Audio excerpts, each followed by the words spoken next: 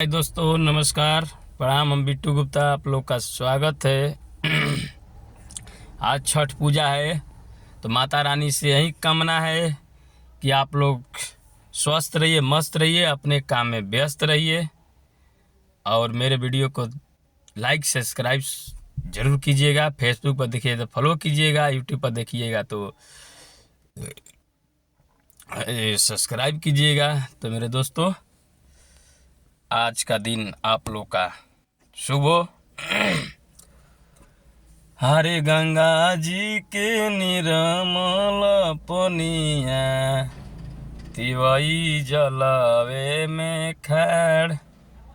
पेन्हना भारतवासी सब पियरिया, दौरा घाटे पहुँचाए।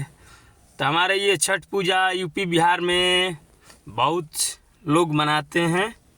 तो हमारे छठ का त्यौहार साल में 2 बार आता है। एक बार कार्तिक पूर्णिमा के समय में आता है, एक ये चैत में आता है। तो आप लोग का ये अच्छा लगेगा तो लाइक सब्सक्राइब शेयर जरूर कीजिएगा। मेरे दोस्तों, आज छठ का पहला अर्घ्य है और सुबह में कल होगा, जो कि आप लोग का प्रसाद खाने का मिलेगा।